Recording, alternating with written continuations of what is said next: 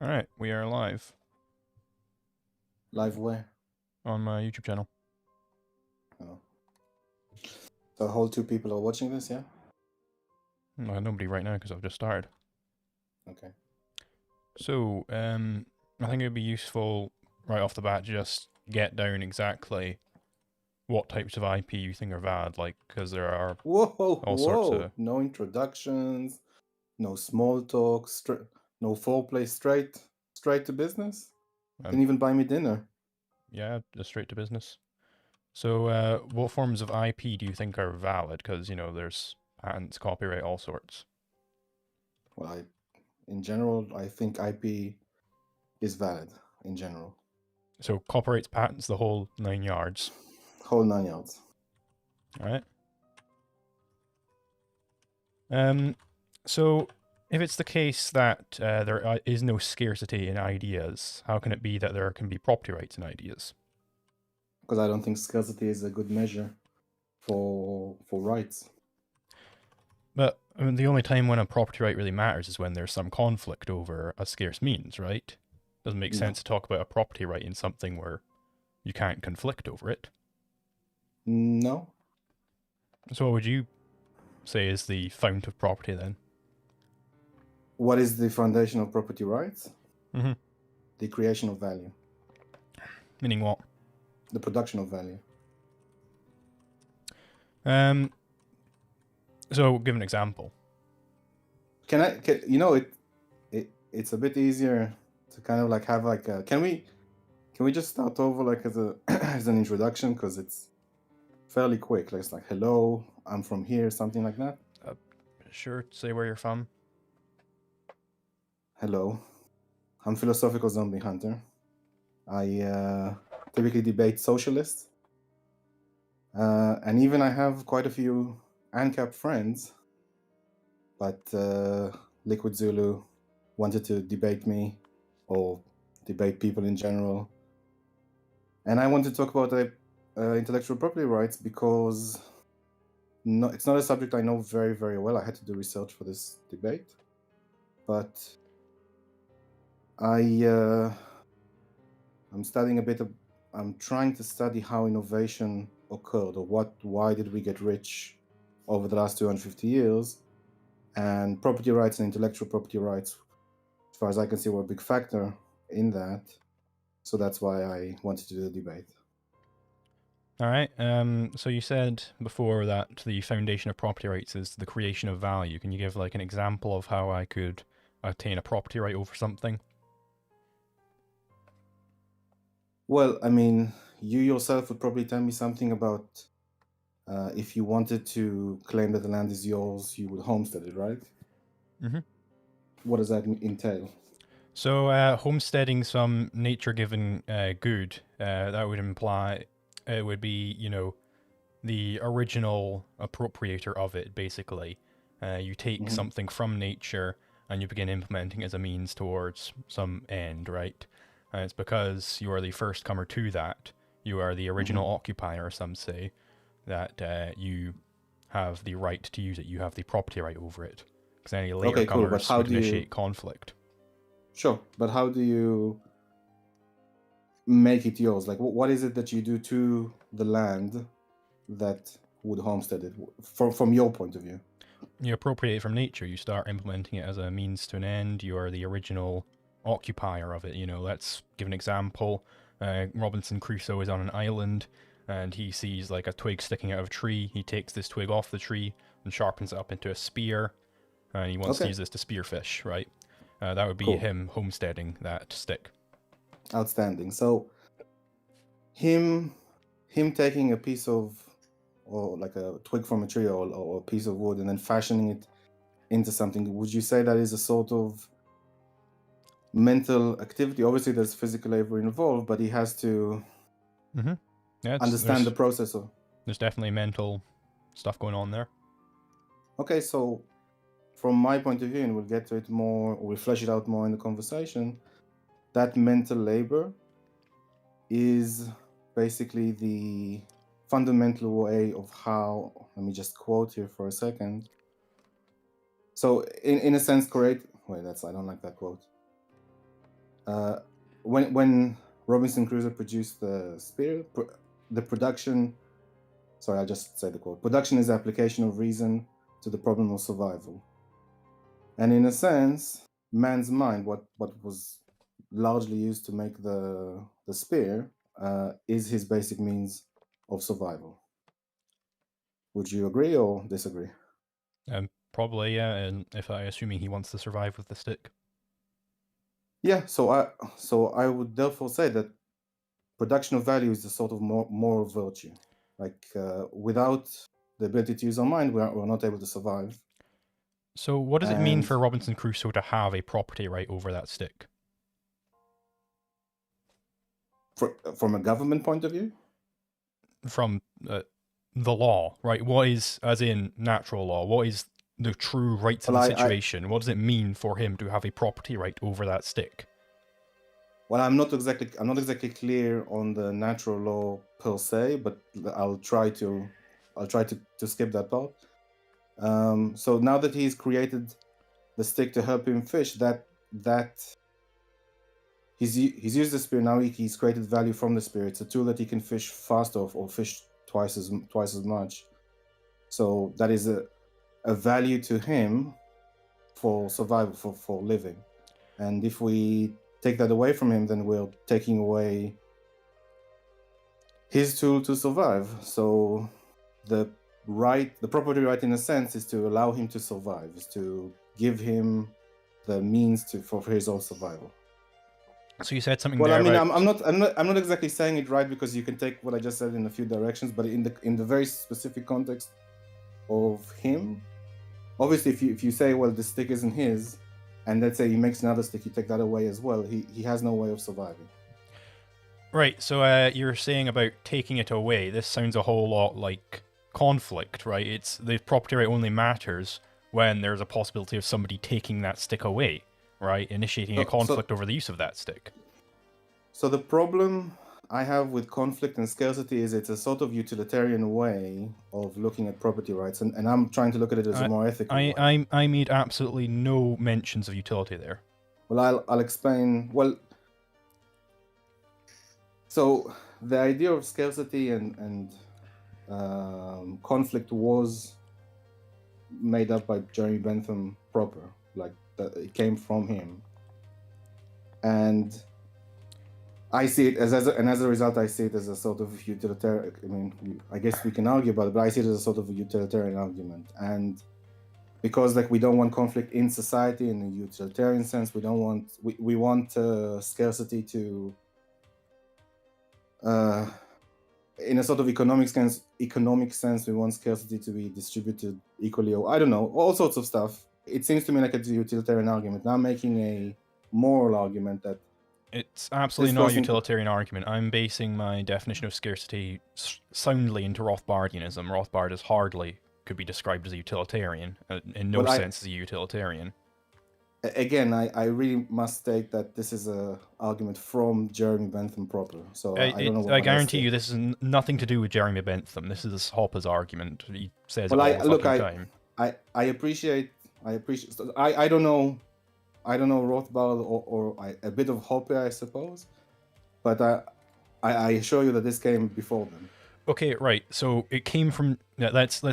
I'll just accept that it came from Jeremy Bentham. What about the argument is utilitarian? Well, you're saying like from a society point of view, we should do X. Okay, what makes that utilitarian? The group preference, in a sense. I've made no mention of group preference. The fact that you're saying we want to reduce conflict in society is a sort of way of looking at the collective here. Wouldn't you not agree? Nope. Well, okay, I guess. Conflicts are only between individuals. I'm looking at it from an ethical point of view for the individual. Right, so let's. So the individual. So am I. Right. So let's just go back into what exactly does it mean for him to have a property right over that stick. Right, you were saying about it couldn't be taken away by anybody. But that's a type of conflict. Right, so we're getting again into this point that we don't seem to agree on. I mean, sure, you can see it as a type of conflict, and I guess if you want to reduce conflict in society and you want to manage scarcity in a society, then you would want these certain laws. But again, I'm looking from a more individual, ethical point of view. I made no mention of any collectives there. Okay, so what does it matter? So the issue of the conflict matters in what context to the individual, that he will get into a conflict with someone else and therefore Yeah. So it only matters to individuals because things cannot matter to a collective because a collective cannot act. It doesn't have a mind, right? So things can't matter to a collective. The point of conflict is two men are trying to use the same scarce means towards contradictory ends. Obviously, neither party wants the conflict, right? Because they want their end to be achieved rather than the other end. Okay. Would you agree that if another person comes in and see a person holding a stick, like I'm not sure how this is relevant to the topic, but I would say, would you say that there's an intuitive sense of mine and his? Well, yeah, because the first comer is the one who has the property right. That's why we need property rights to solve these conflicts. Well, okay, so in particular, I'm saying the man needs property rights so he can survive. Okay. For the tools. But then we're getting into what it means to have a property right. I agree. You absolutely need your property rights respected to survive. I completely agree there.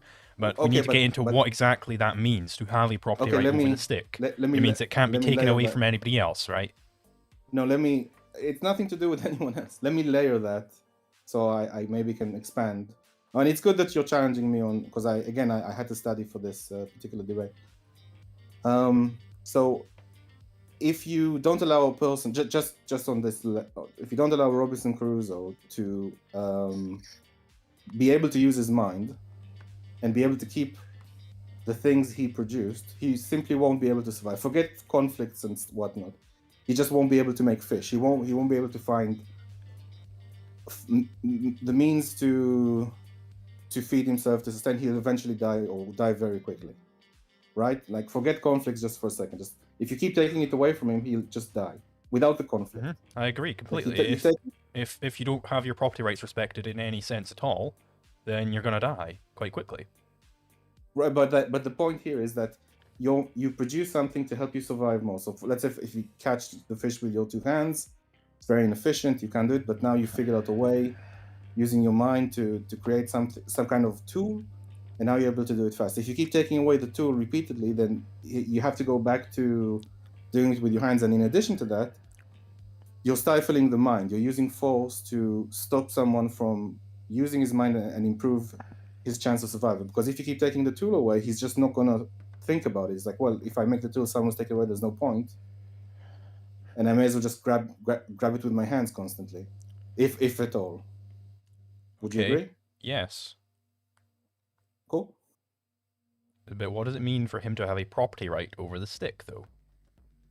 It means that you're respecting the product of his mind, the product that he produced, and if you can do that, then you are. So you only have a recognizing this right. So you only have a property right over something if everybody respects that property right. I don't understand the context here. You said a property right is when you respect somebody's use of something. Sure, I suppose. So your property rights don't really matter then. It's just mere possession. Because if I see Robinson Crusoe using his stick for spearfishing and I snatch it off him, stab him in the gut, and then go use it to stoke my fire, I haven't respected his use of that stick, so he didn't have a property right over it, did he not? Are you gonna say, but copying something is different than a stick? In a few sentences. Right now, I'm just trying to get over what it means to have a property right over something, right? And you said it's when people are respecting somebody's use of something, right? But sure, I wasn't respecting Robinson Crusoe's use of the stick for spearfishing. Well, I would say this. So, in the right context, it is Robinson Crusoe is trying to live his life. That's his. And taking actions to do so is his moral right to do so, because he wants to live. Taking a stick away from him, taking a stick away from you, you're doing something immoral to Robinson Crusoe, and potentially ending his life sooner because he isn't able to sustain himself. So in terms of morality here. And further on, I would say that the concepts of law and how politics is in general is a social application of morality or ethics. So I would say in this case, you're acting immoral to him. Okay, but did he not have a property right over that stick? So in the context of society, because I don't, because you like a different way of looking at it. If like, let's say there's 100 people, then yes, and someone took it from him, then yes, they didn't respect his right to it. And they were acting immoral to him. Okay, so then your theory of property rights is simply possession, right? It's nothing to do with what is just, right? There's no point in talking about property. It is unjust. It is immoral and unjust to take the product of something that he produced. Right. Okay. So you said earlier as well that the foundation of property rights is creation, but now you're saying the foundation of property rights is having everybody respect your possession of something. Well, I would go with the first version because you're trying to take me in a particular direction, which is not what I'm exactly saying. Okay. So if the foundation of property rights is having created something, right? What does it mean to have a property right? If it's not having everybody else respect that property right, what does it mean to have a property right if people might not respect it, but you still have it? So what do you mean as a right? Like, do we now? So well, first I'm asking of all, you what you mean by without a property right. Without, because you're saying in a sense you're adding a legal system here, and that's like what property rights are. Rights are embedded into the legal system. Okay, but the example that we're on is an island, so I wouldn't expect a legal system to exist on an island yet. Right, but we're discussing what the ideal legal system would be, right? Well, I may need like a different reference point, but I would say without the legal system, you're just, you're stealing something from, you're acting immoral, you're doing something unjust to him. Like if you then want to then take these concepts of being immoral and stealing, then and applying a legal system, you can, but that's not the language I'm using. Okay, right. But you said, so the foundation of property rights is creation. And Robinson... Sorry, let me just say something, because I think there's a bit of confusion between... I think we're using different words and different concepts, and we're trying to like mesh them together, and it may not fit, so I'm going to try and work with your definitions, but I can't guarantee it will work out of the books, but let's try.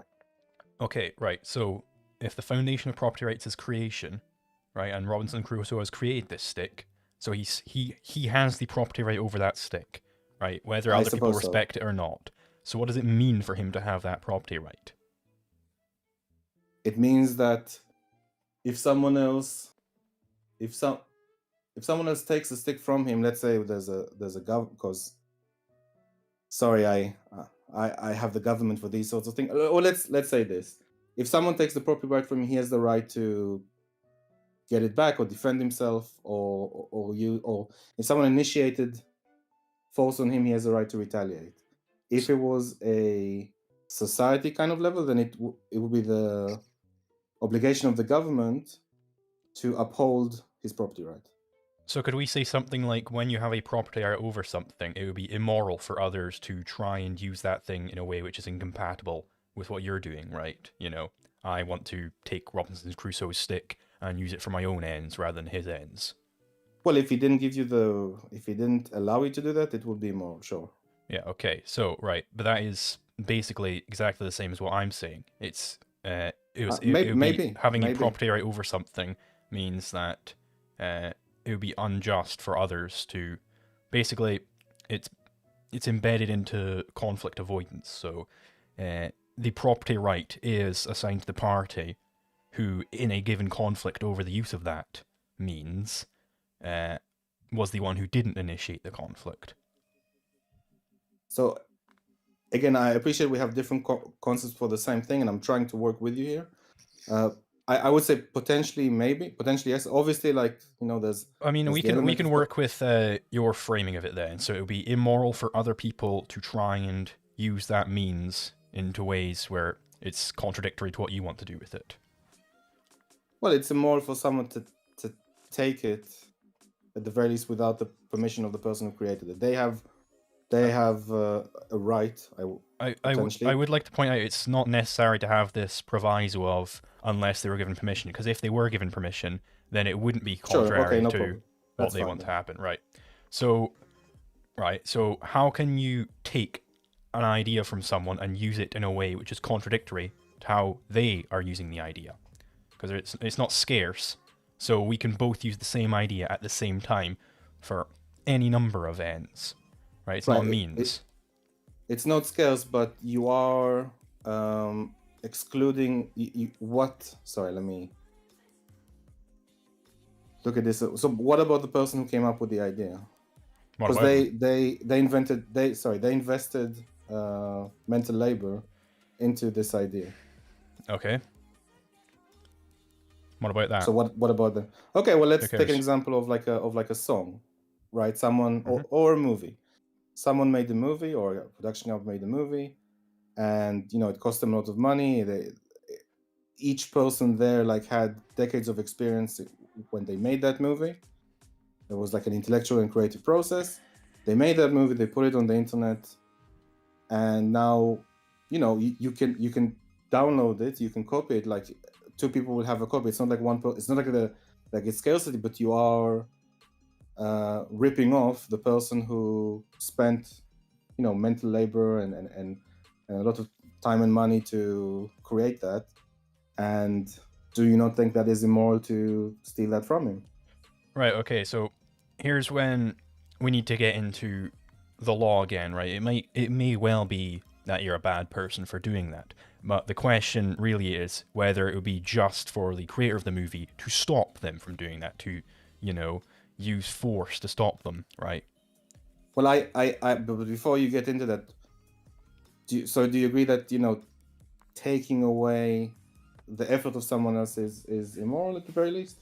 No, I think all of society is built upon, quote unquote, stealing ideas. It's really, all human innovation is built on copying what other people are doing. Well, I would have to strongly. Well, Well, it's I, not I, it's I not can I can necessary ap- for the current discussion. I can appreciate if 100 years ago a philosopher said something and you're reading their book and learning from them. I wouldn't consider that stealing, but if someone just made an invention and it's really useful and you're stealing that idea, that if that was the case, then I think invention also in society would be drastically low, just from a economic and practical point of view. I mean, that sounds kind of utilitarian. Yeah, I agree, but I'm just giving you like that argument from that point of view. Right. Okay. So let's talk about the idea of the movie. Let's just to narrow it down. Let's talk about like the plot of the movie. Right. So the plot of the Okay. movie, it's like leaked online or whatever, or maybe somebody just like watches it in a cinema or whatever, and they know the plot of the movie, right? And then they want to make an identical a movie with an identical plot to that one, right? Mm-hmm. They've definitely taken that idea from the prior movie, and in fact, great playwrights like Euripides and Shakespeare did this all the time. They never came up with an original plotline in their life, right? What, So, Shakespeare never came up with a report line? nope, he took those plot lines from other plays and improved on them. So basically, in what sense can it be said that your implementation of that plotline into a new movie is contradicting any actions that are going on with the previous director who made the first movie? So there is something for this already in the law. I forget the exact wording, but there is something. So let me just to remind myself. Let me just take an example from software patents. So if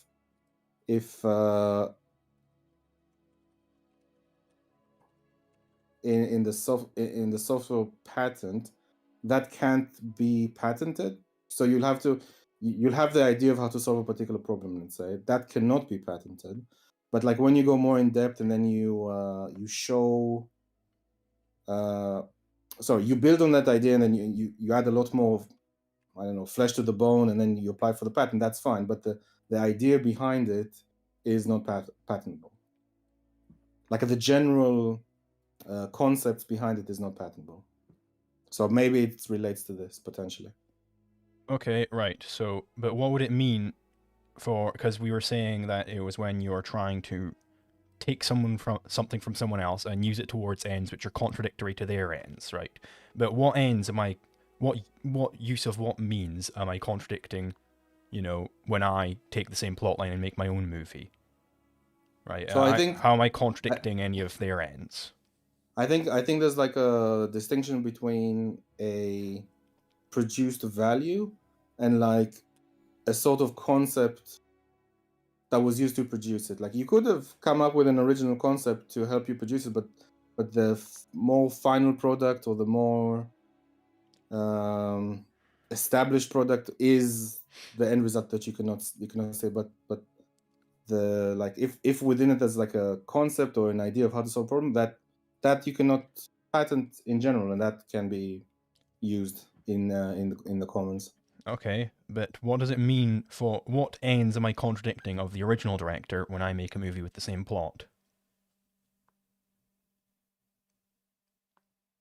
Sorry, I'm not clear on the question. What have you taken away from the original producer? No, so basically we came to an agreement that the problem of the property right matters when you can have, taking Robinson's Crusoe's stick away and using it for ends which are contrary to his ends, right? So he wants to use it for spearfishing, and I take it off him, and I want to use it for something else, right? And Well, I mean, both things so can't let's occur at the take a same time. distinction with sorry, let's take a distinction with the spearfishing. If you see Robinson Crusoe make the spear, and let's say it's fairly obvious how to make that spear, and then you make your own spear, again, I'm not a patent lawyer to answer this in Okay, full. I'm but not talking about a patent on the spear, to be clear. Sure, but like let's say the idea of making the spear is fairly straightforward and fairly easy. So the idea of how to make the spear, you can then take to yourself and make the spear if it's not like super complex. But the spear itself, it can. I'm not sure if this is. I think it's a good example, and maybe it isn't in other contexts because it's fairly obvious how to do it. But if it's like legitimately complicated and it took years of experience and research to come up with something, then it may not be the case. But in the case of the spear, it's fairly obvious. You say, oh, he made a spear using this method. I can also use this method, then that's great. Okay, right, but let's stick to the scenario at hand here. But am I not answering your question? Sorry. You're not. You don't think the idea? So how you're am not I at all missing the answering question? my question, right? So can we just get down that we agreed that the property right over the spear, his spear, not the idea of the spear, how to make the spear, but the spear itself, the actual physical thing, the property right over that meant it would be immoral, to use your word, for anybody else to come along and take it from him and start using it for ends which are contrary to his ends, which is the spearfish. I did make several distinctions there, but just because the spear is a fairly obvious example. Okay, so yeah, I don't we're not talking about the IP over the spear, but we're talking about the spear itself. I We understand. agreed that the property right over the spear meant that it would be immoral for others to come along and to take it away from him and use it for things which are contradictory to what he wants to use it for. Sure, in the example of the spear, yes. Right, and so for the movie, what am I contradicting of what ends of the movie director am I contradicting when I take his plot line and I make a movie with an identical plot line? So just so I'm clear, the plot line is you're not copying it word for word. You're just like the Maybe general... I do. Maybe I just copy the script word for word and I just make my own movie with the exact same script. I would think if you're copying word for word, you are copying it outright. If you're doing the general theme, or maybe even like some kind of abstract concept from the script, like maybe it's okay, but like at some point it's very distinct to what they did, and I would say it's not okay. Okay, but what ends of theirs am I preventing them from achieving by using that same script? What am I actually contradicting? You are stealing their work. Okay, but what action of theirs am I contradicting? I don't know what you mean by what do you mean contradicting what? I didn't say contradicting anything. Let's just review the spear again. The problem with the spear was when you took it from Robinson Crusoe and started using it for things which are contradictory to what he wants to use it for. That, i.e., both things cannot occur at the same time. He wants to use it for spearfishing, I want to use it to stoke my fire. So I take it from him and start stoking my fire. And that means that he is deprived of the stick. He can no longer do the spearfishing. So what would be the analogy there? How do we then analogize this to me taking the script of the previous movie director? You're stealing their work. They worked really hard on it. They made a movie. It is easy to steal it in this context because let's say you took something or you copied from the internet. So there's a certain ease to do it, but they still worked on it and they still invested all the time. It is their way of survival in this case because they're using the money to survive, and it is a product of their mind. They produced it, and you are stealing that. That is immoral. Okay, but what end of theirs am I depriving them of? You're depriving them of the money that they could have made of the movie. No, they could have made. So what? If I find out that you want to sleep with the girl I like, but then I tell her that you smell real bad, I'm depriving you of the sex you could have had with her. I'm confused as to where we're going here because it's fairly intuitive that we're stealing some. Wait, just a second. Sorry, it's fairly intuitive that we're stealing the work of someone else. Surely, I'm not like in a crazy asylum here, right? That I people aren't understanding this concept. I mean, colloquially, yes, you have stolen their script, right? But I don't think there's a property right over the script, which is what I'm getting at here. Because we agreed that the property right was that you are trying to use it for something which is contrary to their use, i.e. both uses cannot occur at the same time, right? Well, okay, so I would just say that, again, that we're stealing / doing something immoral / doing something unjust to them.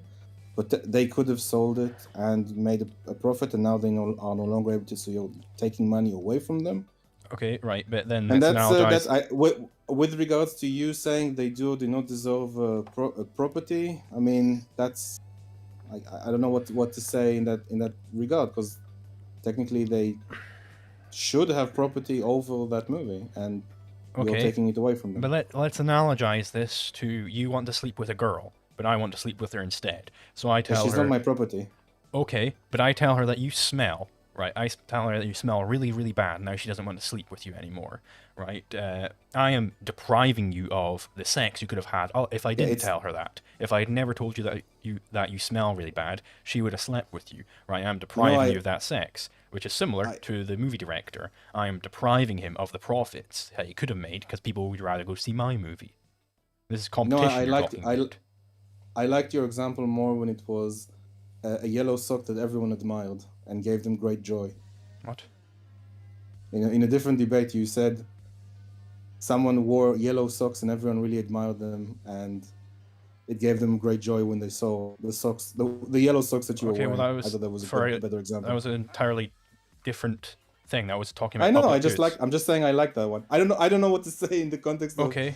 Like it's not the potential. I mean, yes, you could say they could have made more money, but now we got a camera in the movie, we took it, and someone didn't go see the movie, and the lost revenue. But like you're stealing the movie. It's not. I don't know how else to describe it. Yes, the girlfriend smelling thing, and I guess I'm not sure what to do with that example. Honestly, I mean, do you see why it's analogous? I don't think we're talking on the same language even. You see why it's analogous, right? To potential, sure. I mean, yes, I see why it's potential. You lost potential. So, do you think you would have a right to stop me from telling her that? Because it would deprive you of the great psychic profit you get from sex. But why? I don't think I have a right now. But I've told her something which has deprived you of some ends that you wanted, right? Well, she should have made. If you told her something, I suppose, in this very different example, she should make her own decision. If she believes you and she doesn't want to take the risk, then she loses a good boyfriend, I suppose. And moviegoers can also make their own decisions. If they think that my movie will be better than the director's movie, and they want to go see mine instead of the director's movie, then they can make the decision to go and see my movie instead. Well, yeah, I suppose moviegoers should not watch movies from thieves and what's the thing that where you... Okay, you can think that, but the question is... What's the movie... Wait, 1 second. What's the movie where you copy someone's work? Not counterfeit. The question is, not whether it would be immoral for the moviegoers to pick my Well, movie over the original movie. I The question is whether the director has a right to stop me from making my movie. That's the question. when they have a right to stop you, technically yes, they do have the right to stop you But why? copying the movie. Why? Because they put in the work. They decide to make an original novel piece. I assume, copyrighted it in some way or another, or they have before starting, and you stole it and made a copy, like a very bad copy, let's say. Okay, So but you can't do that. why is making a copy of their work, why does that give them a right to stop me from making it? Because you're denying them the opportunity. They produce the value. They need, in general in a society, it is moral for us. Whose It's value moral did they virtue produce? to produce a value, and you're doing something immoral by stealing from them. That Okay, is why. right. It's not a question of whether I'm being immoral there, right? But it is to me. I might well be a dickhead, right? But the question is whether they have a right to stop me from doing that. So in the case of taking the moral and applying it to society, that transforms into a right. What? Again, politics is the social application of morality. So in that context, yes, if you do something immoral, that in the context of society, it becomes illegal. Do you think it's That's why we have laws. Do you think it's immoral to shoot up heroin? No, I don't think it is. Okay. What does it mean to be immoral? That's a very long question. I'm not sure how to answer you. To me, being moral is, in this context, I suppose,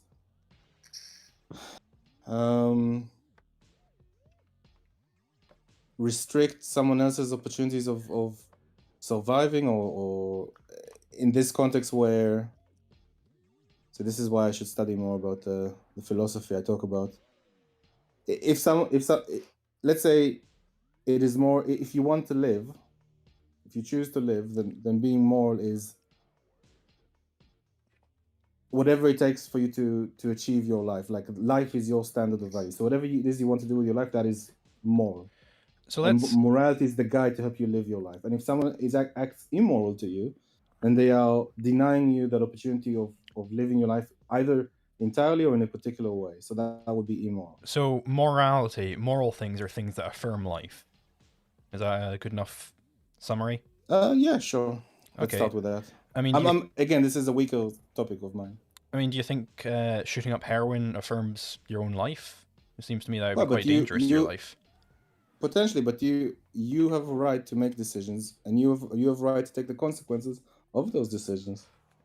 Yes, that's talking about the law there. That's talking about what other people are allowed to do with respect to your actions, right? You can still choose to do an immoral thing. Yeah, you can do an immoral thing to yourself, absolutely.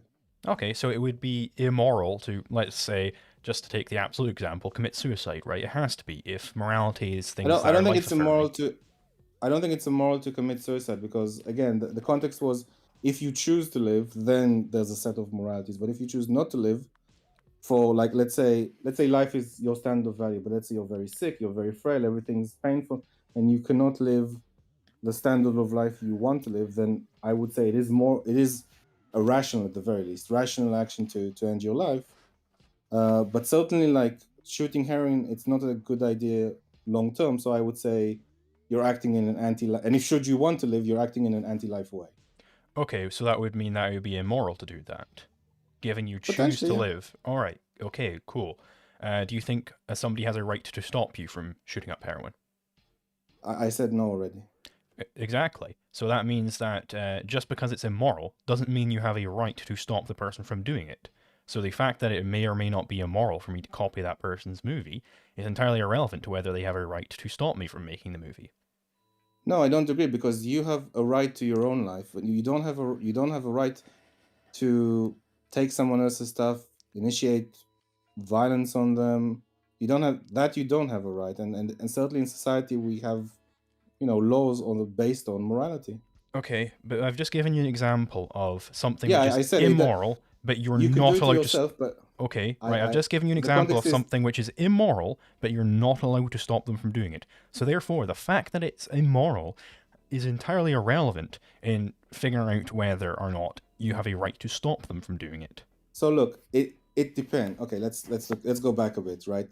I would say, in the case of shooting heroin, and probably in many contexts, it's not a good idea for your life. Which If makes it your immoral. values align for that in a particular way, you say, look, shooting heroin for me in this particular case is super good. I don't know, maybe I'm backtracking this because again, it's not a strong subject of mine. Then maybe in some contexts it could be moral. I maybe don't see myself, but maybe for someone else's preferences, let's say they're in a lot of pain, and this is one of the ways to avoid pain for like a period of 1 hour, then maybe this could be moral to them. I don't know. Let's just take a reductio case of somebody where it's definitely immoral for them to do heroin, right? They choose to live, they're in no pain, they just really want to do heroin. I mean, I would say it's a dumb anti-life idea, personally. I don't know. Yeah, which would make it immoral, right? I haven't studied this enough to say if it's moral or immoral. It sounds to me like it should be immoral, but it's your choice to yourself. Yeah, okay, so... You can't have someone else... You can chop off your own arm, technically. So we have... It's your choice, but someone else can chop your arm off. We have a counterexample wherein it's not just to stop someone from doing something immoral. Therefore, the fact that something is immoral cannot imply that you are allowed to stop them from doing that. I gave you a distinction, so I don't agree. You said I gave you a distinction. The reason why they are allowed to stop me from making that movie was because it would be immoral for me to do it. But we have found an instance where it's something which is immoral, but you are not allowed to stop them from doing it. So just the fact that it's immoral is not enough to tell you whether or not you're allowed to stop them from doing it. So what is enough? What is the algorithm which you use to determine whether you're allowed to stop someone from doing something? Unfortunately, you ignored my distinction, so I'll repeat it. You can do immoral things to yourself. Other people cannot do immoral things to you. You can make bad decisions for yourself. Other people are not allowed to do immoral things to you. So, for example, the owner of the movie can take the whole movie after they spent, I don't know, millions of dollars and flush it down the toilet. It's his right.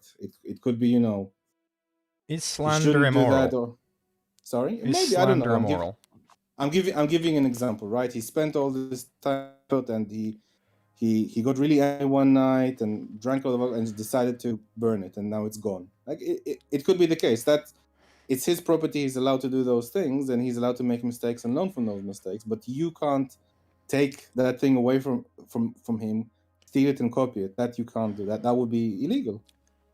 But why is it illegal? Well, I gave some answers, so I don't know why. You didn't. Your current answer is it would be immoral, but we have that is not enough to determine whether it's illegal. Again, you can't do immoral things to other people. People can do stuff to themselves. Would it be... That's fine. Would it be immoral for, let's say we're on an island, myself and Robinson Crusoe, and there's enough berries on the island for both of us to eat forever, right? Okay. But Robinson Crusoe is asleep, and I take all the berries, and I say, no, you're not allowed to have any. We're not doing Coconut Island, surely. Are we doing Coconut Island, but with berries? Yes. Oh my god, okay, really? So I have all the berries, and I don't want to give him any, right? Would this be immoral for me to do? It is not immoral, it's irrational. I mean, that seems like it would pretty much, prevent him from living, right? No, you can go find fish or something. No, I'm presupposing that there are no other sources of food, only the berries. No, there is no way that you can say there's no other way of. It's a hypothetical. There is a way I can say it, and I just did. So, why is there no other life on the island? Tell me, in your hypothetical. What's the reason? It's irrelevant. Vosh, continue, Vosh. What is the reason? It's completely irrelevant. No, I'm asking you. Do you not understand the purpose of analogy? it is. I What? still need it to at least somewhat tie to reality. I can't have like completely Okay, separate from let's reality. just say Robinson Crusoe has no clue how to eat anything other than berries. He just doesn't understand that. Doesn't sound like a good. I don't know what to tell you.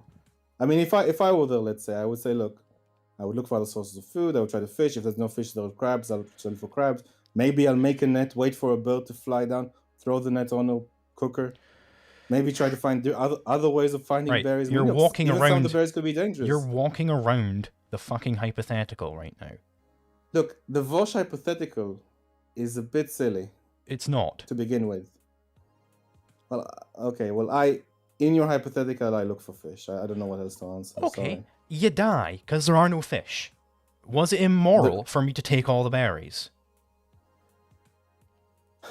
So I would say this. In general, for the Vosh coconut example, there are other ways of getting food. Let's say there isn't. Let's say you, from your own personal rationality, say, look, we're stuck on an island. We need to get off. We need to work together. So, starving the other person in the island isn't a good idea for me. For me personally, because we may need more hands to get off the island. So would it be immoral? It's irrational for me. Now, let's say there isn't any fish around the island because you poisoned all the fish around the island. Then I would say, in this context, you are a crazy, dangerous person to myself, and I may need to take your life just to protect my own. But what right do you have to take my life? Well, you're a danger to mine. Like you're clearly irrational. I'm not a danger to you. You've poisoned all the fish in the area. I don't care. You could poison me at any moment. I'm not yet poisoned you. I'm not going to poison you. I'm just not going to give you any berries. Well, I'm saying in this example, because you've taken like a violent act on fish, the whole area, it seems like you're a dangerous and irrational person. I mean, would a violent act against fish not include fishing them? Destroying life like around the island just to prevent me from having food, at the very least in my context. I mean, look, so if you say you took 24 hours and you fished all the fish like in there and now there are no more fish left, like, you know, I maybe I'll wait like 8 hours and maybe some new fish will come in, but because let's say there are no fish that come in. It's just there are no fish around. There are only the berries, and I have taken all the berries. Okay, good for you. Was that immoral for me to do that?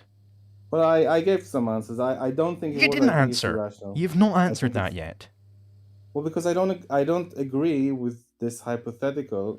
It's not even your hypothetical. I don't agree with this hypothetical that's so detached from reality, and that is the way I thought to answer it. Completely irrelevant. Okay, sorry to upset you. I didn't mean to. Did I say I'm a fan of your YouTube channel? No. So I do like your YouTube channel, by the way. Thank you. But let's talk about the berries real quick. Was it immoral? I don't have a comment on the berries. I don't have a comment on them. I don't think it is immoral. So it's not immoral. I don't think it is logical though. It's not something in reality that we can say from this point let's make a conclusion to then conclude other things. I don't think we can do that. So it was not immoral for me to take those berries, but was that not something that I took away your opportunity to eat, to live your life, to maintain your life? I don't think you did. I absolutely did. There were enough berries for both of us to eat, and I've taken your opportunity to eat those berries away from you. How is that life affirming of you? Well, I can find other ways of getting. No, you can't. Food. There are no other sources of food on the island. Just okay, berries. So can instead of an island, can we just have like a box in another dimension? Right, because this would make more sense. And this is more realistic than the island, is it? A box in another dimension, yeah. No, it's not realistic. It's not realistic at all. That's the point. A box in another dimension. There's berries on the floor, and you just scoop all the berries to yourself and not give me any. This is your example. Okay, was that immoral? I don't know. Maybe not. I'll have to think about it. It seems pretty clear if. So doing something to somebody which is not affirming of their life is an immoral thing. This is clearly not affirming of Robinson Crusoe's house. I mean, technically, if we're stuck in this situation, like we're in a box in another dimension, there's food on the floor, and someone gathered all the food to the corner. Maybe like the there's no other choice but to do something. But I think that's kind of like you're putting forward Vosh's argument that there's a scarcity of resources on the world, and what I'm trying to say is that there isn't such a scarcity because when There isn't we scarcity. create stuff, we produce things. I'm sorry, with did you our say mind. there is That's not kind of scarcity? well, in what sense? I would say to a large degree, no, there is not such because we're the one producing things. Let's just get through that again. There is no such thing as scarcity. Give me an example of something scarce, for example. Fucking everything you see around you. This water We bottle. can make more of it. This water bottle I've got right here. This is scarce because there can be conflicts over it. Right? There is not. Can you give me an example of scarcity? Right. So there is not infinite abundance of water bottles. I cannot simply conjure up a water bottle and have it there for me. Okay, but we have quite a lot of water bottles enough. Irrelevant. Most people want it, and we can produce more. There's not infinite water bottles. Right. I understand. I understand. It's not like the infinity sign, right? Yeah, but which means it's scarce. Let me give you a different example, right? Or more valid to discussions that I have with environmentalists. In 1968, there was a book called Population Bomb that said that in the year 2000, there'll be too many people on the planet, and we'll have to ration food. We innovated ways of producing more food. So in the year 2000, obviously, so I'm saying that form of innovation, that form of producing value from our mind, reduces greatly, for your benefit, the issue of scarcity. The issue of scarcity. Another example in the USA, when they signed the Constitution, they added intellectual property rights. Okay. At the time, the US was largely agrarian. Okay. At some point, they made the mechanical reaper. So up to that point, people had to reap with their hands, or like two hands, like a scythe or a reaper that kind of like got the wheat. And the mechanical reaper just made it considerably more productive. Okay. So and then we were able to make more food. People were able to move away from the farms into the cities and do other more productive things. So we keep innovating ways. Right. Okay. When you make these innovations, you are just more efficiently able to allocate those scarce means. And it doesn't mean they're not scarce anymore. If they weren't scarce, they wouldn't be objects of human action. But in some cases, we can create them out of maybe I can exaggerate for a second, but in some cases we create them, right? Because for example, oil, once upon a time was like before in the 18th century, oil was not scarce. In fact, if you saw oil, it absolutely was scarce. That would be a bad thing. There was not infinite abundance of oil. But let me explain, right? Right now, there would be no conflict over the scarcity of oil. There was no conflict over the scarcity of oil in the 18th century because there was no use for it. If you were digging a well for water and you saw like a bit of oil, you would get upset that the oil contaminated the water well. Okay. But now everyone's fighting over oil. That doesn't mean it's not scarce. Sorry? That doesn't mean it's not scarce. Yes, but we created the value from it. Before, there was no... Yeah, we're using scarcity in two different ways, right? So let's just say before, when it was meaningless and no one knew what to do with it, it was annoying. Then when we found a way to use it in a productive way, when we invented something for it, then it became scarce. And at some point in the future, we'll, invent something else when we go past oil. So the human innovation element is what reduces what scarcity. About any of this means that there is not scarcity? I think you're taking the word scarcity too literal. Like, we do have some degrees of abundance, and yes... What do you think scarcity means? Yes, we have in the cap... I think you're just applying the number infinite to everything I'm saying, but you're not listening to What do you think scarcity means? That we have a shortage of something. Wrong. Scarcity is a specific economic term, which means that it is some object of human action, that there is not an infinite abundance, or at least that it's not perceived to be an infinite abundance. So that's, if it was in infinite abundance, then it would be a general condition of human welfare rather than a scarce means. Like, I don't mean like... Here's an example. Humans on Earth do not treat air as a scarce means, because we perceive it to be an infinite abundance. So we do not... it does not play into our decisions of how to act, right? We do not need to economize air, because it's perceived to be an infinite abundance. Whereas but there are places where we could... Yeah. Whereas if Whereas if you were on the International Space Station, you would perceive air to be a scarce means. So there would be scarcity of air on the International Space Station. Okay, and if we find a way on the International Space Station to recycle air, would that reduce the scarcity? I don't know what you mean by reduce scarcity. It's Would that either make it more abundant? It's either Whichever word scarce or you'd like not to use. scarce. Yes, it would make air more abundant. You could more efficiently allocate air. Okay, cool. Okay, so do you agree that there is such a thing as scarcity then? I agree that there is such a thing as scarcity, but in the context that I'm trying to explain, when humans innovate something, we make more abundant something, or enough to, I don't know, meet most of people's needs at the very least. That it's not as scarce, or it's more abundant than it used to be, or it's still not infinite, but it is, perfectly okay. We're not worried about it anymore. Okay, right, but so let's go back. I think we were talking about the scarcity of IP probably, right? So Sure. an idea isn't scarce. An idea is not scarce now. Well, right. I don't know. Maybe not. So we don't have that many bright people on the planet, I suppose. Maybe we need more of them, but yeah. Okay, right, but it depends how you look at it, I suppose. You can conjure up an idea. If you hear of an idea from someone else, it's instantly in your brain, right? You mean copy it? Yeah. Right, but we don't have people like making new ideas. That is a scarcity. No, because none of those ideas are still scarce. We don't have the number of people that are able to innovate or invent new things is low, or not irrelevant, not infinite. Each of those new ideas people come up with, they can be infinitely copied around. There is not a scarcity. They can be infinitely copied around, yes. Yeah, absolutely. which you means can copy a song, you can copy a movie infinitely. Which means there's not scarcity in that thing. Let's talk about the water bottles. I cannot infinitely copy water bottles. I need to produce water bottles. But we have been through this at the very start of the conversation. So what is it going to change now? Are you drinking? No. What are you drinking? Nothing. Beer? Water. You always drink beer in your debates. I've seen you in Politically Provoked. Not this one. Yeah, you want to stay sober for me? I'll take that as a compliment. Okay, right. Let's get back to the debate. How about? Okay. So let's say I'll do this example.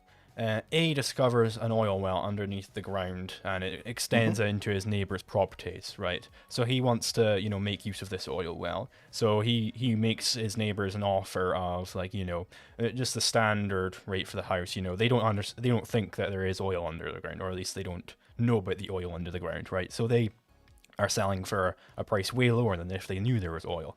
But then A has some nosy neighbor B who comes along, and he sees that A actually has oil underneath his property, and he tells all the neighbors about it. So now the neighbors have jacked up their prices, right? It's obvious that B has violated property rights in trespassing on A's property, but could A force those other people to act as if they had not heard the idea? Sorry, Sorry, I didn't understand. Someone, just so I see, repeat what you said, see if I understood. An oil extractor. So there's a person, they just live somewhere, right? And they have some neighbors around, and they find some oil underneath their ground, right? Okay. And this oil extends into the neighbors' properties. So they want to buy up all the neighbors' properties. Can I just ask a question here? Okay. You're saying there's an oil reserve under the ground. Yes. That extends to the other person's property. Okay, continue. And so he wants to buy up all his neighbors' properties so that he can extract all the oil, and he doesn't have to share any of it, right? But then so he has a nosy neighbor who trespasses on his property and finds out that there is some oil. And then this nosy neighbor starts gossiping about all the oil under the ground, and then all the neighbors have jacked their prices up, right? Jack the price up of what? Of their property. They're now wanting to sell for a way higher price than they would have otherwise, because they know there's oil under the ground. I think this is a bad example. No, it's a great example. Let's just get through it. Let's just get through it, right? So, would the property owner be allowed to force those other neighbors to act as if they had not heard the information that there's oil under the ground, and not jack their prices up? No, but I don't think the original person needed to buy other people's property to extract the oil. Okay, right. So then let's go over like a patent, right? Let's say there's some new mousetrap. New mousetrap design. It's got like a nice new spring where it's able to, kill mice more efficiently. Okay. And somebody hears about this new mousetrap design and starts gossiping to all their neighbors, right? And then all these other people, they want to start making that new mousetrap. Would the person who invented the new mousetrap be allowed to stop those other people from acting as if they had heard this new information of how to make better mousetraps? Now, can I ask, is there a patent on this mousetrap, or is it not included in Yeah. this example? There is a patent. And the other people make the mousetrap for their own benefit. Yeah, that benefit might include selling it to others. Make it selling it to others. I think to some degree, I assume it would violate his property rights. I'm not. There are some conditions for obtaining a patent, and I'm a little bit unsure with regards to the how the mousetrap is, and like if they made it like vastly different, if they're doing exactly the same thing as him, and if he copyrighted it, if they're doing exactly the same thing as his design and they copyrighted it, and it's his and he got a patent it, then they are violating his patent. At the very least, they need to pay him money for using it. It doesn't necessarily mean they have to stop making what they're doing. They do need to pay him a fee. He himself, in this example, would not be interested in preventing them, but he would be interested in collecting some profit. So, what right does he have to charge them a fee, right? Let's say that the person who discovers oil had a copyright on the information that there was oil under the ground, right? I don't think you can have a copyright on that. You can have a copyright on the method of extraction, certainly. Why couldn't you have a copyright on that information? I don't see how. I don't understand how you could. But why? Why could you have a copyright on information? In what? Explain to me in what context. So that other people aren't allowed to copy that information and disseminate it. So is this like a trade secret, perhaps? Yeah. If it's a trade secret, maybe. I'm not sure. I'm not sure how you could prevent them from knowing it. Really. We had earlier that you are allowed to copyright the information of, contained within a book, right, or a movie script. No, you're copying the movie in its entirety. Yeah, which is copying the information contained within the movie script. So you're saying that as a result, you're using an example that there is knowledge that there is oil under the ground here, and you're asking the government to prevent other people from passing that information on to one another? Yeah. Why am I allowed to own the information contained within a movie script, but not the information that there is oil under the ground in some place? Because the information, it's not the information in the movie script. The movie itself is a product. It's a whole product. It's information. I don't see it the same way you do, I suppose. How on earth isn't it information? It's because someone put mental labor into a product. I'm sure the person who owned the property put some mental labor into figuring out that there's oil under the ground. I would say this. I don't know how you can get a patent on figuring out. You could keep it a secret, certainly, and you could then ask the government for the rights, let's say, if it's in a public area, or you can ask for the rights to dig for it. That would be the only thing you can do. But in terms of like patenting, you can certainly patent the refinement process, the drilling process, how you do those kinds of things. That you could probably patent. I don't know about maybe I don't have the right knowledge about how to answer this question, but that's what I think at the moment. Okay, right. But why can I own the information contained within a movie script, but not the information? I don't think it's information. I don't recognize it as information. What is it then?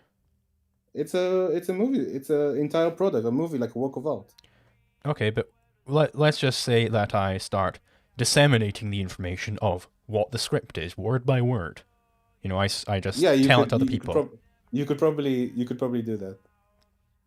Oh, so I'd be allowed to disseminate that information. I'd be allowed to copy it and give it to other people. I would say you could tell people what happens if you go to the movie, let's say, and you describe to other people what happened in the movie, like you just talking. I think that is probably illegal. What you couldn't do, and I'm getting like, so in that context, it's not illegal to what you're saying, but a slightly different example is if someone signed like a contract with a person releasing the movie and they're saying you can't tell anyone about the movie because we're showing you early and we don't want you to tell anyone. If they enter the contract willingly, then they can't tell anyone. Okay, right. But let's say I start telling everybody the entire script of this movie verbatim, and then some people want to act on this information and they want to make their own movie with the same script. They can't make their own movie with the same script. Why not? Because you're stealing the work of someone else. What? They didn't. They made the movie. You heard about how the movie is, and you're literally copying it. It's like saying. So they're not allowed. So they're allowed to have the information in their head, but they're just not allowed to act based on that information. I don't know. I don't know. It doesn't make sense to me. I'm not sure to what degree you're stretching this example. I'm not sure I'm able to answer you. I don't see how you can stop people unless you get them to sign a contract saying they won't. I don't see how you can see a movie and then not tell someone how the movie went. Maybe you're right. You capture 80% of exactly what happened. But if then someone takes that information and copies it, so it's like a bad copy, but they take that information and then they make their own identical copy. I mean, you're ripping them off. So I would say no. Okay, so you're allowed to disseminate the information. You're just not allowed to act on that information you've learned. I'm a bit confused about how you're transforming and including the word information here. I don't understand. The information you seem to be doing a trick here. The information pertaining to the plot of the movie, you're allowed to disseminate it, but people are not allowed to act based on that information to make their own movie. Again, you can disseminate it or tell your friends about what you saw in the cinema. But you're not allowed to act based on that to make your own movie, right? You're not allowed to then make a movie copying the work of art that someone else did, yes. Okay, so why is it the case that, why that I'm allowed to disseminate the information that there's oil in the ground, no idea. But people are still allowed to act based on that information? No idea. I don't know how to answer. Okay, let's do something like this. Could Einstein have patented E equals mc squared? I don't think so. Why not? I think it potentially, again, it's not an area I'm fully an expert in, but as far as I know, you can't because it's an idea or concept about something. So it's a discovery about some law of nature, right? No, a discovery would be patentable. It's a concept. E equals mc squared wasn't a discovery? The way you're using the word discovery, typically discovery is a sort of way that is something you could potentially patent. He did something with mathematics to come up with a concept that he can then use to do other things with. As far as I know, that counts as the ideal concept that I mentioned earlier that cannot be patented. Okay. And again, I'm not saying I'm a intellectual property rights lawyer or anything. So why can't Einstein patent E equals mc squared, but the inventor of a new mousetrap can patent the information pertaining to how to make this new mousetrap?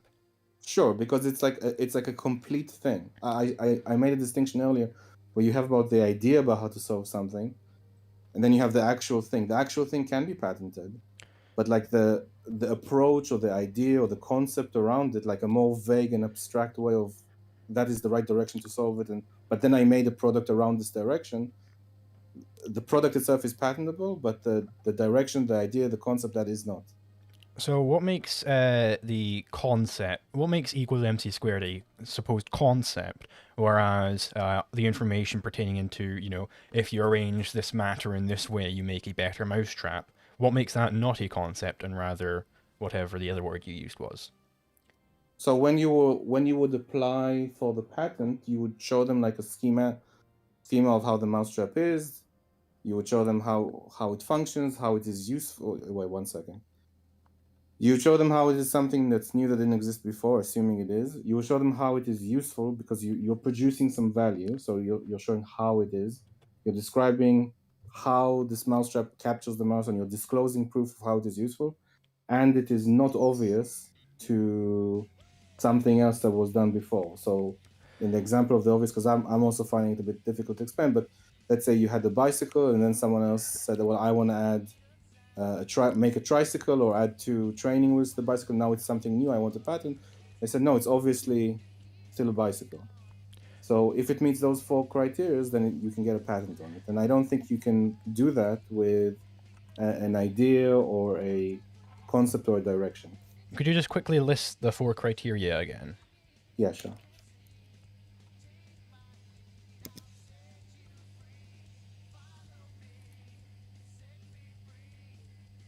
Have you done it?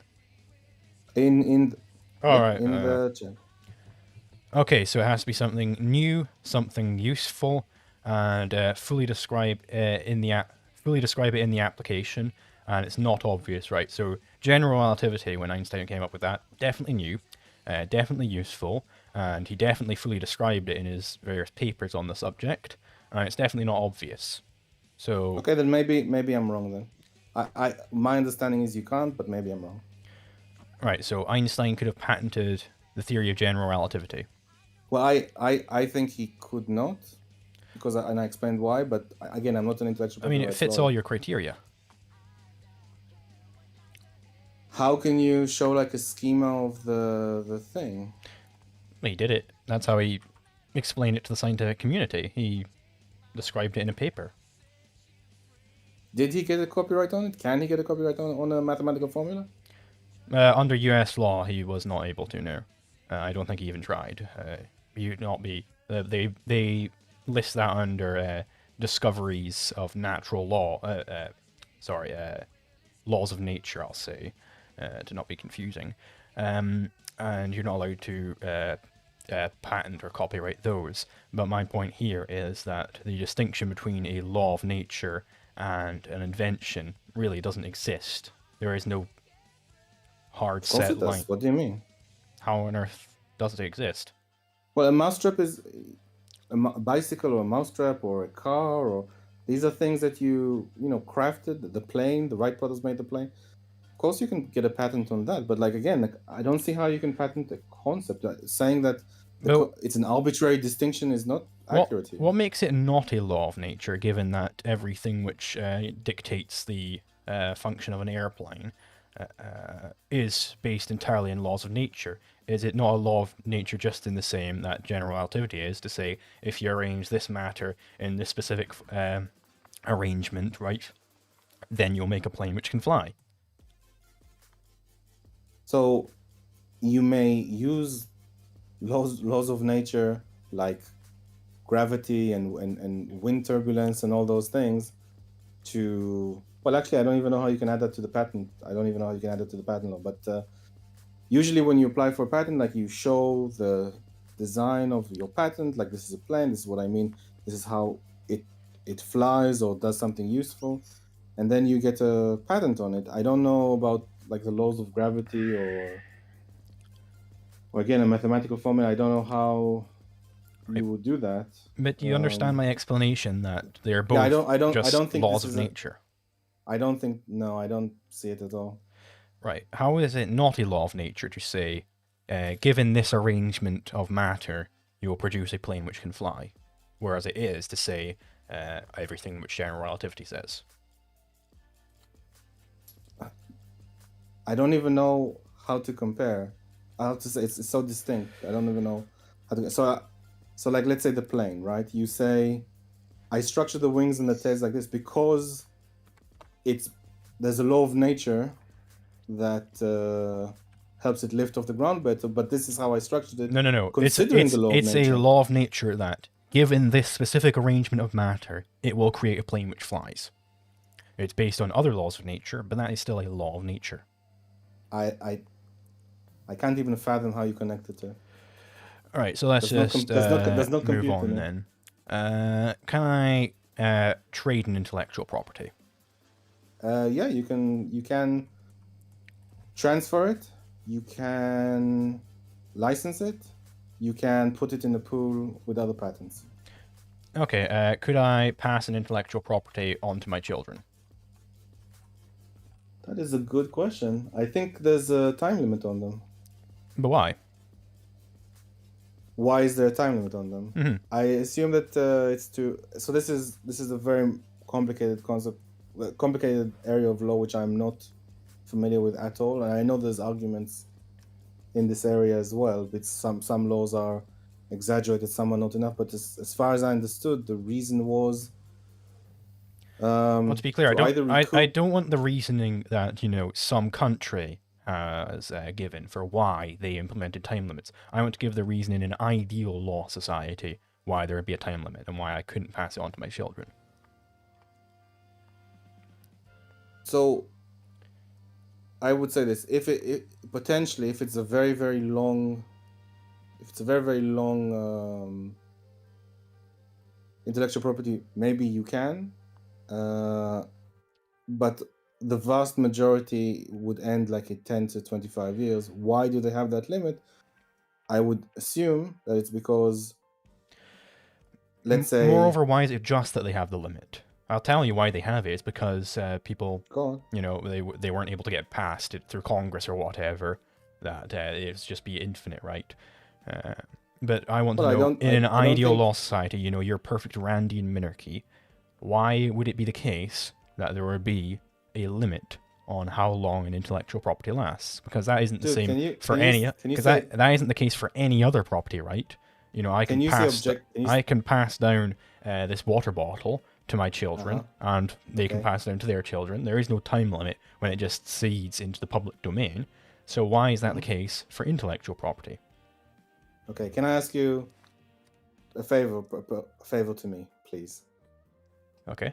Can you say objectivism? Objectivism. And it's not a minarchy, it's a night watch state. Which is a type of minarchy. Fine, whatever. Okay. Objectivism is preferable. Though. Why is it? Yeah, I got it. You don't have to repeat. As far as I understand, the idea is that there is some sort of novelty to it, and at some point it's no longer novel, or the idea was that you had to spend, let's say, millions of dollars to research it, and it gives you some sort of way of recouping the expenses of that, and at some point it stops. There is also, as far as I know, the longest one are with books, and that could be very, very long. But at some point, like it goes into the commons, and that's it. Like it's no longer novel. It's past some sort of date.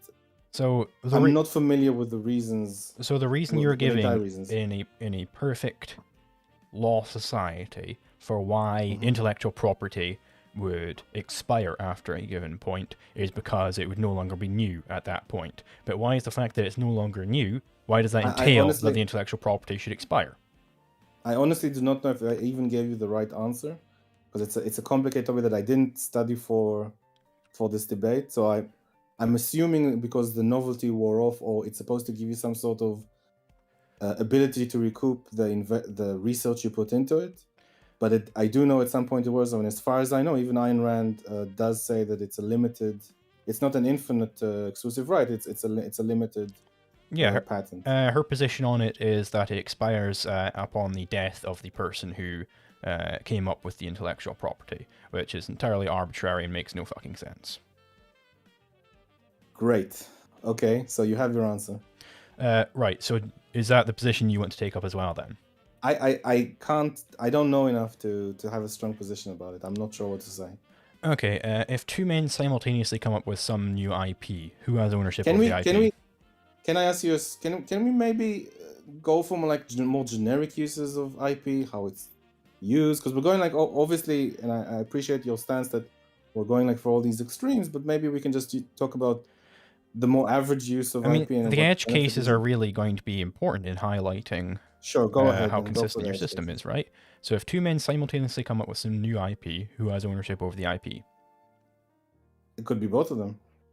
So they both have ownership, so they're both allowed to exclude each other from continuing to use the idea. I'm not sure, actually. I know... So here's an example of two men applying for a patent. There was an integrated circuit back in the 50s, someone that later made Intel and the CPUs and stuff like that. One person of the two who were working on it got to the patent office first, or 2 months earlier, and he got the copy, but there was a dispute on it that lasted a long time. And at some point he said, I'll just put it in the commons because he had some other projects on the go and he didn't want this delaying them. So I'll just put it in the commons because the other things are more important. So maybe technically several people can go on a patent. I don't think it's just one. I'm not sure. Okay, so let's suppose that person A and person B both simultaneously come up with some new IP, some new mousetrap invention, right? Sure. So they both have ownership over the IP. So are they both Mhm. allowed to exclude each other from implementing the new mousetrap? So technically, that's not how it works. The idea of intellectual property rights in general is that you have a sort of division of labor between the inventors and the industrialists. So the people who made the mousetrap would sell it or allow an industrialist Let's say they to don't. produce it, and then Let's say two separate people working independently invent the same mousetrap at the same time. And you said that they both own the IP there. So can they both exclude each other from implementing the new mousetrap design? Maybe not. But why not? I don't know. All right, They both have access to it, I guess. So let's talk about some third party then. Could A prevent the third party? We'll call them C. Could A prevent C from implementing the new mousetrap, whilst B is allowing them to implement the new mousetrap? And all A, B, and C are written on the IP. Only A and B invented the new mousetrap, so they have joint ownership over it. Could A prevent somebody from Could A prevent C from using the new mousetrap design, whilst B is allowing them to use the new mousetrap design? I suppose potentially yes, but which is a contradiction, which means your notion of intellectual property is wrong. The idea of intellectual property is not to prevent people. I don't care what the idea is, right? I care what is actually the case. But again, the spirit of the intellectual property. Again, I don't care about the spirit of it either. I care about this edge case where you have a contradiction. Look, maybe I'm not the right person to talk to about this because I'm not an intellectual property right lawyer to answer some of these edge cases at all. Like, I understand the ideas behind it. I studied for this debate, but I'm not sure I'm capable to answer your edge case, and I apologize. I'm not. Right, this isn't like one of them. We can move from the edge case then into economics, because you said earlier that intellectual property spurs innovation. So I would like to, it certainly spurs innovation in patentable goods, but that is, you're taking away production from unpatentable goods. So, how can it be said that you are, getting these, economic goodies, however you want to suggest it, right, when you are taking from other things and reallocating those means towards patentable things? So the idea I'm not actually sure if I understood the question. Let's see if I'm going to try and see if I understood the question. So the idea is that if you have a patentable good, and then like an industrialist would say, well, look, you have a patentable good, I can start producing this. There's no risk of me getting sued or bless you. There's no risk of me getting sued, and I can ramp up my production. I can invest millions of dollars to take your idea and commercialize it and make use of it. But if someone doesn't have a property right over it, then the industrialist won't invest that unless it has a property right. You can't even enter a contract without a property right. Okay, let's talk about the scenario I was talking about, though. So it's not. Sorry, I misunderstood what you were saying. So there are certainly some things which aren't patentable and some things which are patentable. Let's call them Mousetrap A, which isn't patentable, and Mousetrap B, which is. So you are going to be, because these industrialists want to, get a monopoly grant on their new mousetrap, they're going to be going for the mousetrap which is patentable rather than the one which isn't. So you're reallocating production from the unpatentable product towards the patentable one. But how can you say that this is better than otherwise, than what the free market would produce? Technically, I do think it's similar to the example I gave, and you're saying if there's a mousetrap that isn't patentable, someone can still produce it, but they won't make as much profit, I assume, and they could be running the risk of being sued if someone did patent it, or let's say if it's too old, they're not running a risk, but you can make like, generic drugs that are out of patent, or you can make generic things that don't have a patent anymore. Okay.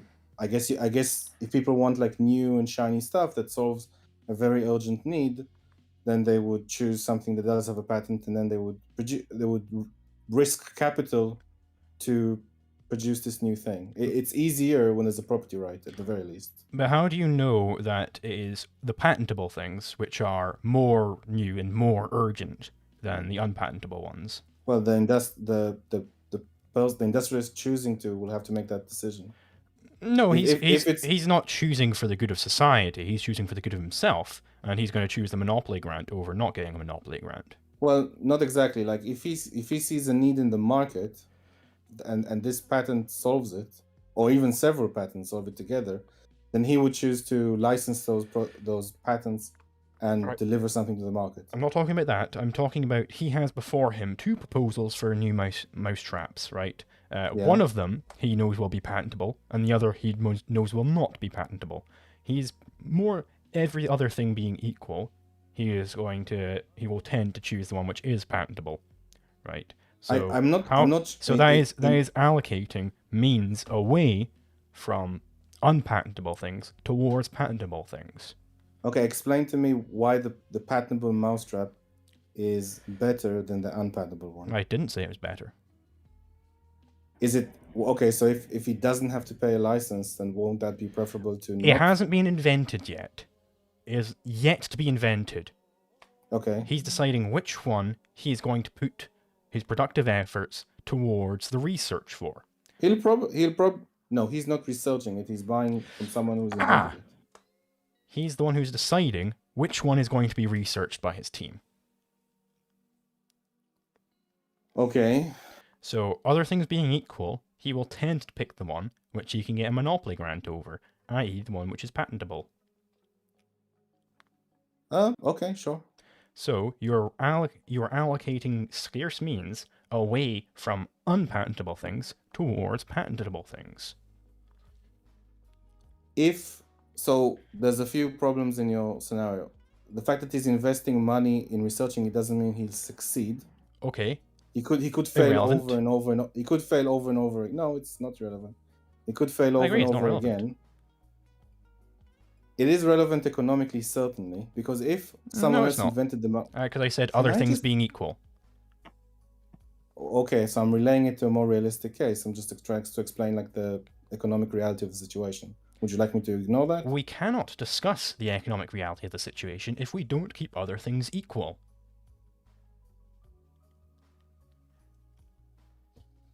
I'm not sure what you mean. So you are supposing that maybe the patentable one is going to be really much harder for him to make than the unpatentable one. But that's not keeping all other variables equal. You're adding in extra consideration there. So the reason why I'm adding the variable is typically there is a division of labor between the inventor and the industrialist. If the industrialist in your scenario is taking on the role of inventor, that means he has to take on all the failures and the risks of researching it. He's the one who's deciding which one is going to get researched. Right? Sure. Call him something else if you want. He doesn't have to be called an industrialist. He's just whoever he is. He's the guy who's deciding which one is going to be researched, and we're going to keep all other variables equal. The only difference between them is one will be patentable and the other will not. Sure, the patentable one would be preferable to the person. So you are therefore under a system where you have intellectual property. You are reallocating scarce means away from things which are not protected under patents to things which are. Do you agree? Certainly in this case, he's choosing to do that. Right, and this was the ideal case. So he would tend, so you have a tendency away from unpatentable things towards patentable things. I would say, there's a tendency, and this is like a more generic economic point, there is a tendency for new innovations to enter the market because you can make more profit on new innovations False. than There is a tendency away from new innovations which are not protected under patents towards innovations are you where familiar there are protected under patents. are you familiar with the concept of creative destruction? No. Okay, so let's say this. I accept your patentable ones. There will be more profit in making a new smartphone, let's say with holograms or something, and that's patented, than making an existing phone that is somewhat generic. Yes, there'll be more profit in that new innovation that is patentable. Okay, so from that, let's. How can you be saying that it would lead to whatever economic goodies you think intellectual Well, because this one has a leads new to? innovation.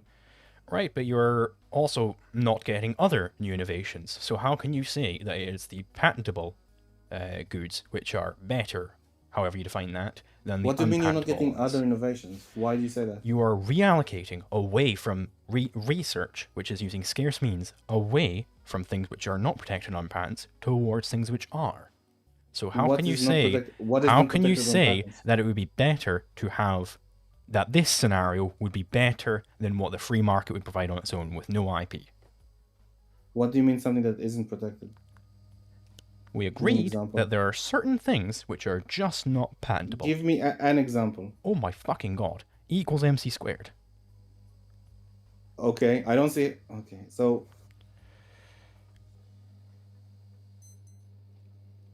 it is more profitable to make a new innovation that people in the market want to be able to patent it. Typically, most of these new innovations are able to be patented, and typically a company doesn't do all this research itself. But let's ignore that, because now you've, in the example, given a phone with holograms, and people find it's really cool and improves their lives, and it is patentable, and they're willing to pay a premium on that, which makes that person a profit. Yes. You didn't answer my question though. My question was how can you make the argument that the world of IP, where you're reallocating away from unpatentable things towards patentable things, how can you say that this would be better than where you just have the free market doing it on its own without any IP? Well, I guess because unpatentable things are meaningless. Why are they meaningless? Is E equals MC squared meaningless? To a phone? Okay, right, it's not meaningless to your phone because your phone has a GPS module in there which requires general relativity.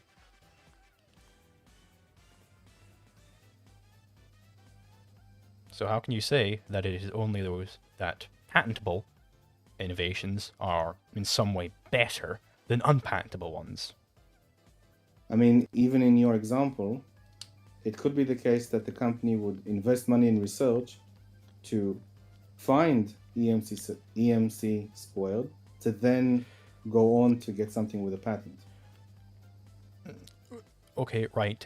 Let's actually discuss the scenario at hand, though.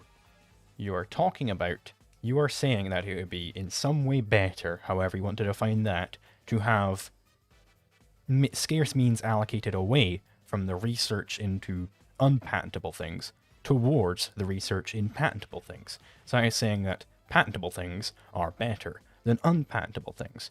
How are you determining that they are better? I think that if something is meaningful, it can be patentable. When you say unpatentable thing, I don't know what that means. To me, unpatentable means it already exists, so you can copy it now. So what does it mean for something? If you're saying I want to invest, 1 second, just a second. If you're saying I want to pay someone in a university to discover some concepts to help me make better phones, that could be a legitimate reason to fund them and invest money in them, to then take those ideas and do something with them. But to me, unpatentable means what? It's like I don't understand what this means.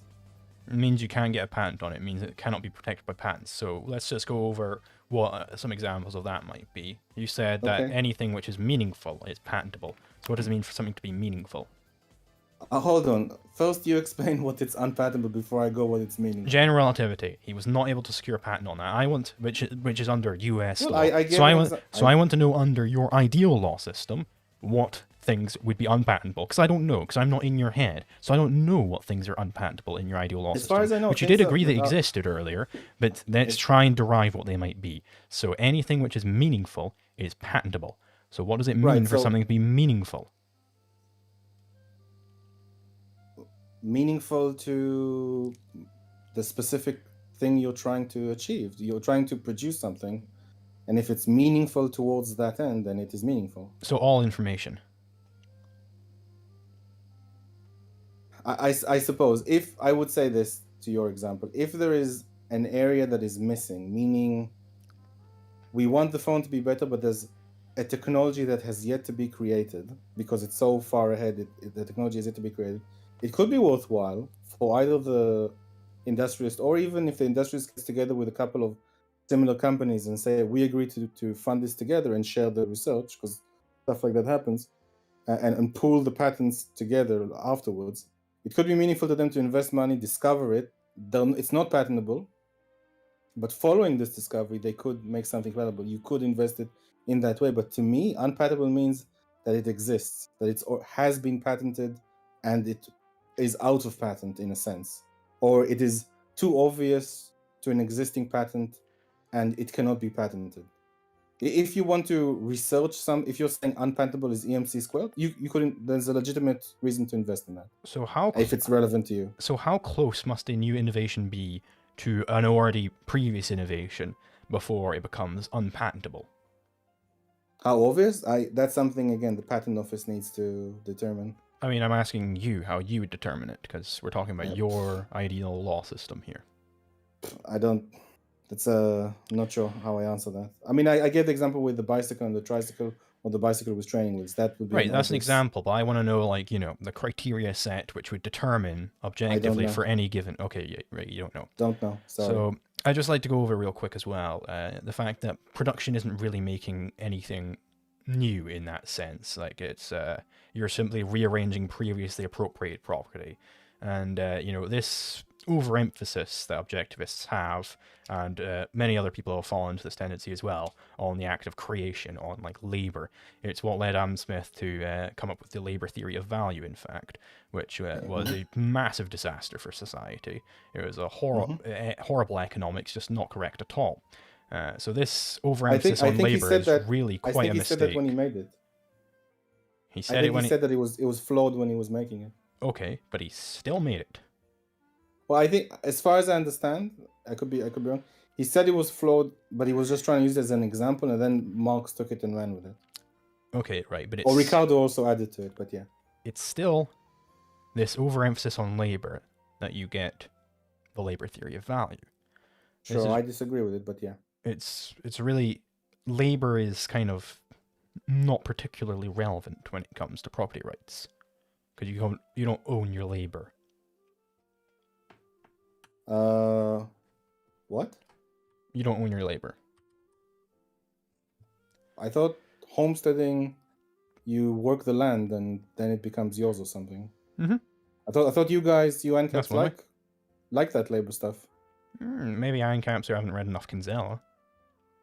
Okay, I'm not gonna comment because I don't know enough to actually comment. Go on. So it's this overemphasis on labor, I'm saying. It's a very dire mistake, and many great thinkers make this mistake. Adam Smith, for one, Ayn Rand makes this mistake. Even Rothbard has fallen afoul of this tendency before. Well, I do think that, I mean, if you would read some Schumpeter and about creative destruction, I do think that innovation is itself very, very valuable, and we need it as a society, and that's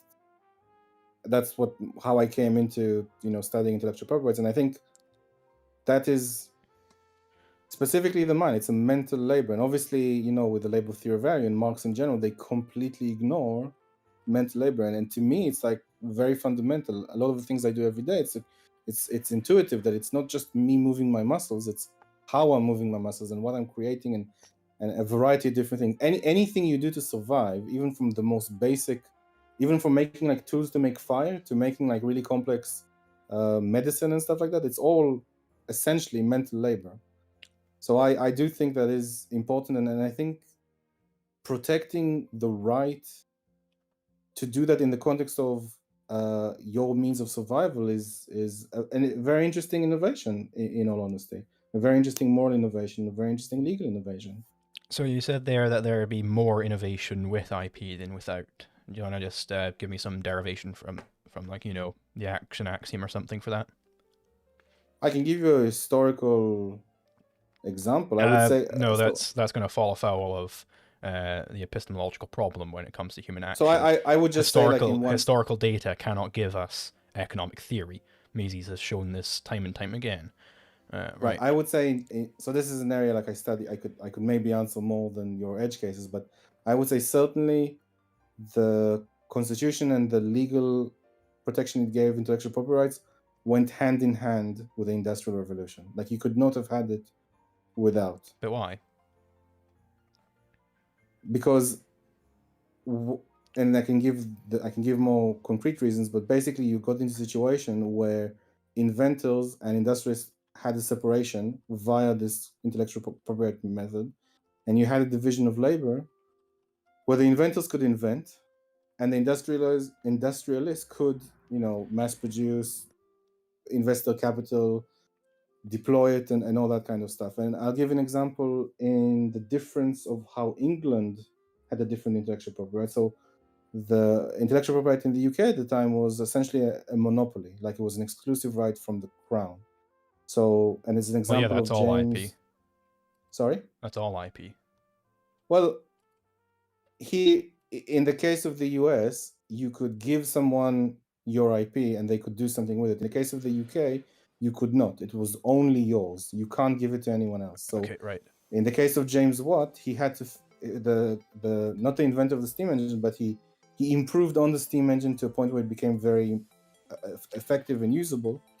He had to find he couldn't make anything with it, and that invention would have died away in history. No one would have heard of it until he found an industrialist to join him, and then they made the steam engine. Right, so this is perhaps one example, but you said there that the Industrial Revolution would not have happened without IP. I mean, show I how think that it would goes be the case. I think it goes hand in hand. I'm not gonna, like, you know, mathematically prove it for you. I don't want you to use mathematics, I want you to use praxeology. Praxeology? Mm-hmm. I mean, just the fact that an inventor can just focus on inventing. Sorry, they could just focus on their, you know, you can do that without laboratory. IP. Sorry. You can do that without IP. Without an IP, how could you guarantee that their invention would be respected? Do you know what open source means? I do. Right, so why is it that there are many people who slave away making open source projects, and they devote a whole lot of time to it, without IP? Open source does have an IP. Nope. You choose a license in the GitHub repository when you create it. Cool, so let's say they choose the MIT license, where anybody's allowed to use it for fucking anything, right? Okay. How on earth are they able to devote their time into coming up with these new innovations if they know that they cannot stop other people from using those innovations? Well, typically in open source, I don't know about the MIT is something else, but I'll explain like how it's normally. Well, I'll give like a more generic example, or the more average vanilla example. It started off with open source that you had two licenses, one that everyone can use, and the other that if a business wanted it, or if a business wanted support, then you have to contact this company to get that. Well, right, okay, but that's not the MIT license. The MIT license says you're allowed to just do whatever the fuck you want with. Well, if people want to do the MIT license, they're allowed to. But I don't know if the majority of open source projects are MIT license. There are plenty. I've licensed many of my projects under MIT because I think it is the best license out there. So why is it that people devote any time at all into producing these new innovations in open source software under the MIT license, where they cannot stop other people from using those ideas? I mean, a lot of the people that make open source products, they want other people to use they want to give other people the opportunity to use their software. They want to get their name out there, or they just want to help society for altruistic reasons, and they want to do it in this kind of fashion. If you want to start a company around that, and there are companies that have open source products, I wouldn't recommend using the MIT. There are other licenses which are more conducive with starting a company around an open source product. Okay, I mean, it's irrelevant whether you would recommend it or not, because you said that people require IP to put their productive efforts into anything, to focus on production. I think was your words. So, but there are people who are focusing on production right now without any possibility of stopping anybody else from using their new ideas. Okay. All right, so how on earth do they do that if you require being able to stop other people from using your ideas in order to come up with new ideas? You don't require it. Oh, so you don't require it. So then why? I mean, why explain. did the Industrial Revolution require IP? So you're asking me, is this a question like does money motivate people? I'm not sure what you're This asking. is a question of how on earth was it the case that intellectual property was required for the Industrial Revolution to happen? Because it gave the option of a division of labors between the inventors and industrialists, and made the flow of business faster. You can have a division of labor between inventors and industrialists without IP. How would that work? How could you enter into a contract with someone without a property right? You still have property rights, just not intellectual property rights. So let's say, okay, so let's say I am an inventor. I think I can invent a new type of duct tape. I have a whole history of being able to invent nice new duct tapes. I'm saying, hey, Mr. Industrialist, if you give me money, I'll research the best duct tape you've ever seen around. It's going to be great. And they're like, you've got quite a good track record. I think I'm going to invest in you, right? So there's a division of labor there between the inventor and the industrialist in the invention of some new duct tape. But I didn't require any IP there, right? I made no mention of, oh, by the way, you're going to be able to exclude others. Let's say he's not able to exclude others. He just wants some new duct tape. Well, if he then goes on to sell the duct tape, there's nothing stopping other people from copying him, and he loses all the money he gave for the investor. He doesn't lose all of it for research. He'll be the first to market with this brand new duct tape. Okay. It'll take other people to try and reverse engineer that duct tape, because I promised him that if I divulge how I made the new duct tape to anybody else, I'll pay him like $1 million or whatever. You know, there's some penalty clause to me divulging the information to anybody else. I don't think that's a satisfactory answer, especially not with something that costs like, hundreds of millions, if not billions of dollars to Let's say research. it cost him $1,000 to get me to research this. I was like, I can do it for $1,000, and if I divulge the information to anybody, I'll pay you $1 million. And he's like, sure. Deal. There's a division of labor between me and the industrialist right there, but we didn't require being able to stop other people from producing the duct tape. I mean, sure, if you want to use that example, but there are many examples. So sure was your answer there. So how is it that the Industrial Revolution would not have happened without IP? Because it's clearly not the division of labor. It's not whatever the first answer you gave was. Dude, no, I don't agree. I mean, there are much more incentives, and it's much easier to do business, certainly contractual business, with intellectual property. Even if you give me an edge case, it doesn't mean that 99.99% of all the other cases are not compatible with your edge case. So how can you show that it is easier to do business with intellectual property? Let's say, okay, so take the iPhone, for example, right? It has over 100,000 patents. A lot of these people just want like a cut. Like they say, a lot of these things, like, it's just a mouse click away. You pay a certain money. There are entire companies that, or for example, every chip that you have in your phone and some servers and some Apple laptops, which are from a company in Cambridge that just works by researching and putting it into IP. That's their entire business model.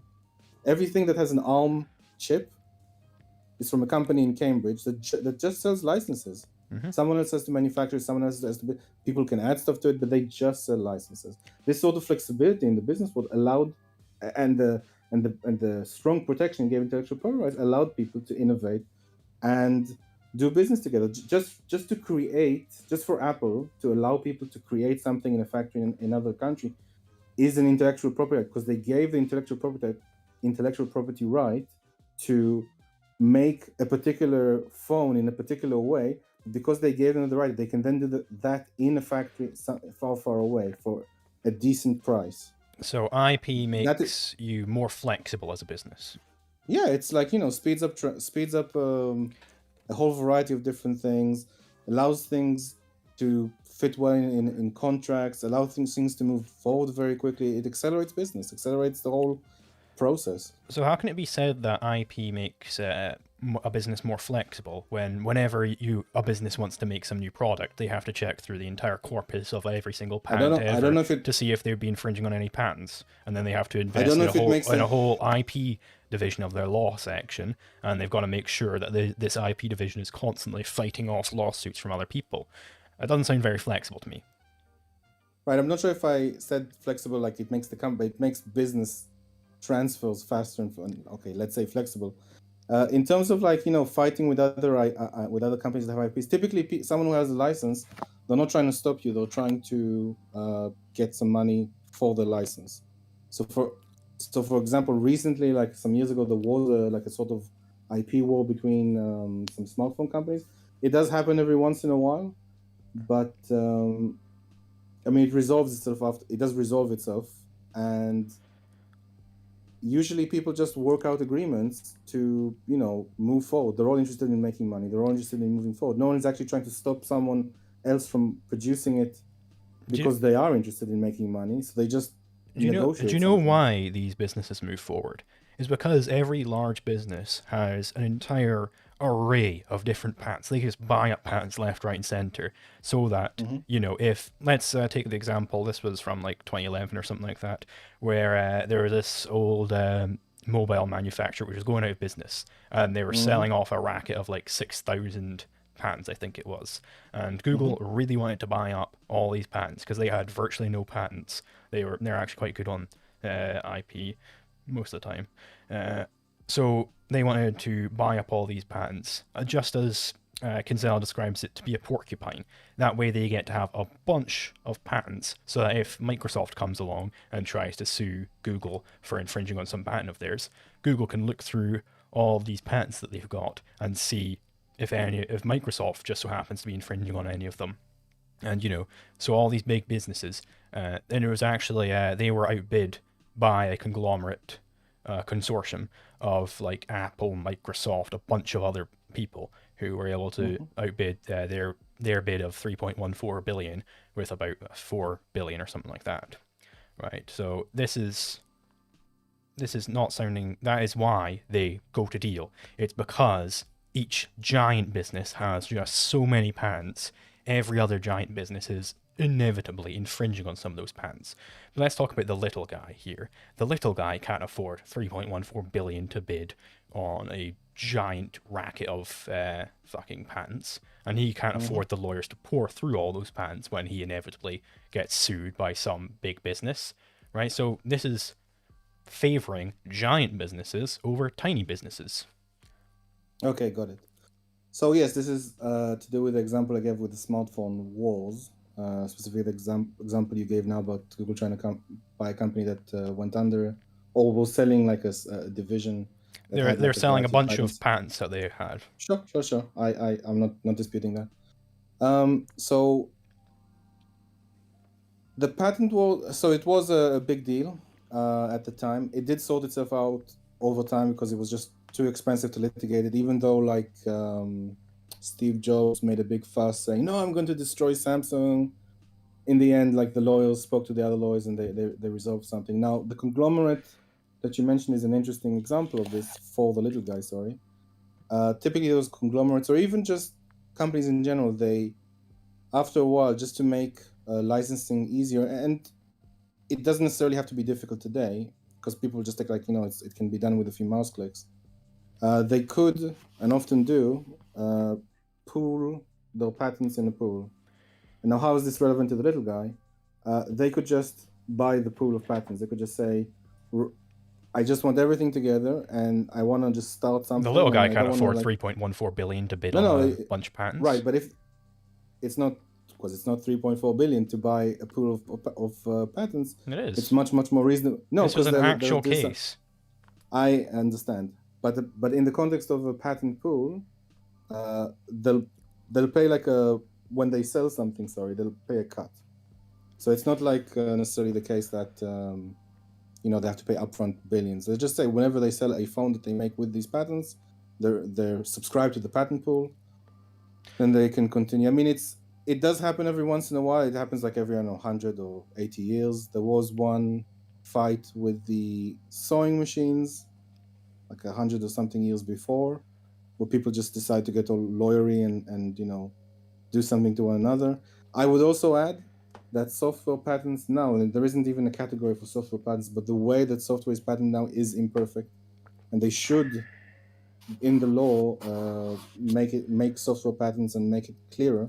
I think they've been very slow to address that, so it does open up these issues, but All right, so they just get resolved after a while. do you agree that that is a thing which happens, though, where companies just buy up a bunch of patents so they can defend themselves from other big I companies? already agree to it. Yeah. Okay, right. So this is going to be a tendency enacted away from small businesses to bigger businesses. Do you agree? To fight over these patents. Yeah, if only To, like, big get all nuclear. if only big companies can afford Yeah. these giant groups and sets, I'll call them, of patents, is that not going to enact a tendency towards bigger businesses away from smaller businesses? Well, the bigger businesses can fight amongst themselves, and the smaller people just subscribe to The bigger businesses could also of, the bigger businesses could also sue small businesses, though, with their giant sets of patents. If only big businesses are able to defend themselves in this way and smaller businesses can't, that's going to enact a tendency away from smaller businesses towards bigger businesses. So again, the smaller businesses could subscribe to a Right, pool let's of say patents it's a case pay where they're fee. not giving up this pool of patents where you can subscribe to it. Right? Then Let's say it's some set of patents where they're using it just for this defensive purpose. Right? They want to be able to defend against other big businesses. Right? Then the small businesses cannot defend themselves in this way. So this is going to enact a tendency from smaller businesses towards bigger businesses. Do you agree or disagree? Hold on, Zulu. Hold on. Then the smaller business would have to go to the bigger business and say, "Can I please license your IPs?" All of them. They can't do that. Why can they not? They can't afford 3.14 billion to bid on it. They can't. Again, the big business, even in your example, they're not trying to get the small business. They're trying to get the other big businesses. So the small business they could also get small businesses with it, though, and those small businesses can't defend themselves in the way that big businesses can. They have no incentive to. It's like no, they absolutely do. They can sue them and then get money out of it. Right, but the small business, before they do anything, they go to the big business that own the specific patents that they want. No. They don't even know these patents exist, right? Because that's the entire point. When you have a set of six, they could find out about it. But when you have a set of 6,000 patents, the entire point of that why all these big businesses wanted these patents so badly, was because it's a defense against other businesses from suing them. Because then they look through their giant set of all the patents that they've got, and they find, 3 or 4 patents that this other business inevitably is infringing on. They don't even know they're infringing on it. They don't even know there was a patent on that thing, right? And then they can countersue. It's defense. So I understand the defense, but again, I think the idea here is contained for big businesses versus other big businesses they're in conflict with. Right, but they could also use this against small businesses. Look, I do believe I've answered this question, but I'll answer just in the case of the small business, because I'll just repeat myself. So in the case of the small business, again, they would discover that something is patentable, certainly if they are trying to get a patent and say, oh, this one already exists, you have to speak to this person, and you have to speak to that person. You can't know every single time you come up with some innovation. You wouldn't even know what to look for. If you try to patent it, there isn't some precise mathematical language which describes what the new innovation is, and you can just search up in a database, right? You have to know the keywords to search for. Zulu, once again, when they try to patent their own innovation, and it turns out that they get the reply that it already exists, then they would know. Right, but let's or say or at the very least, it will be cautious for their investors. So do you deny that this is a thing?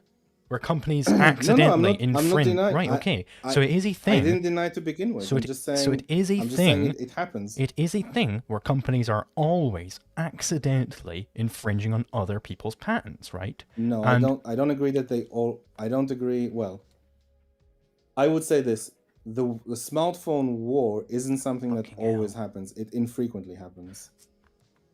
Okay, but it is a thing which happens, correct? It did happen, yeah, I'm not denying it. Right, okay. So this is a thing which happens, and it enacts a tendency from smaller businesses towards bigger businesses. I disagree. How do you disagree? I answered your question. You didn't. It's I very did. clear that this is a defense which only big businesses can do and small businesses can't. So therefore there is an attack which small businesses cannot defend against, whereas big They businesses don't need can. to defend. They do They need to don't need to defend. defend. That's the They just point. need to Because pay- there's IP, they just need to so do- they can get sued if they infringe on other people's patents. And we're saying this is a case where it's not one of these giant sets that you're licensing out to people in a subscription basis. It's one of the sets which are being used specifically for defensive purposes.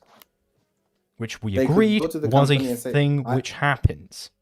The small business can go to the big business and say, They "I don't would know like they're to use infringing your-" on it. That's the point. It's accidental. They don't even So they understand have there's a two patent options. over it. They have two options. Either go and pay the license fee, or They don't make know it an exists. alternative, or make an alternative way of solving the problem. They don't know that this is an innovation which is patented. They don't know What that. do you mean, Zulu? It's their business. It's their business to know, and certainly the investors. Right. So you think would say it's cautious. you think for them no to business find out. accidentally infringes on patents? They check every single possible innovation they make. They get their If lawyers to they draft up a patent, and then they send it off to the patent office. Look, I think we're getting a little bit into the weeds here. I'm not sure if you'll agree or not, but I would say this regarding your questions. They should figure out if they're infringing on other people's patents. If let's give you the benefit of the doubt, say they did infringe on someone, and someone sues them, say, look, you're infringing on my patent, give me this money backdated to what you've sold per unit you sold. So they can either agree, they can negotiate them down, or they can say, we agree to no longer use your patent, and we'll find an alternative way of solving the problem. Right. So this is an attack which affects small businesses, which big businesses are allowed to defend against. Well, able to defend against, I'll say. Well, there was a small company that took BlackBerry to court, But this and they won. This is an attack which small businesses cannot defend against, but big businesses can.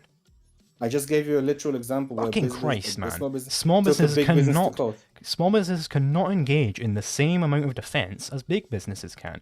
They Okay, cannot. let me give you a real They example. cannot.